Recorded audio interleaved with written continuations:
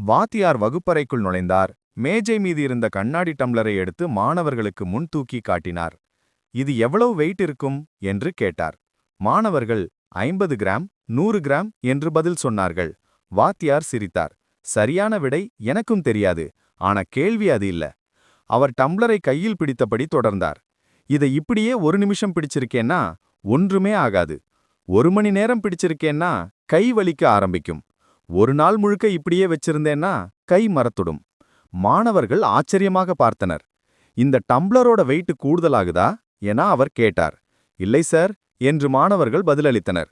அப்படின்னா எதுக்கு தான் கை வலிக்குது? அவர் டம்ளரை மெதுவாக மேஜையில் வைத்து சொன்னார்.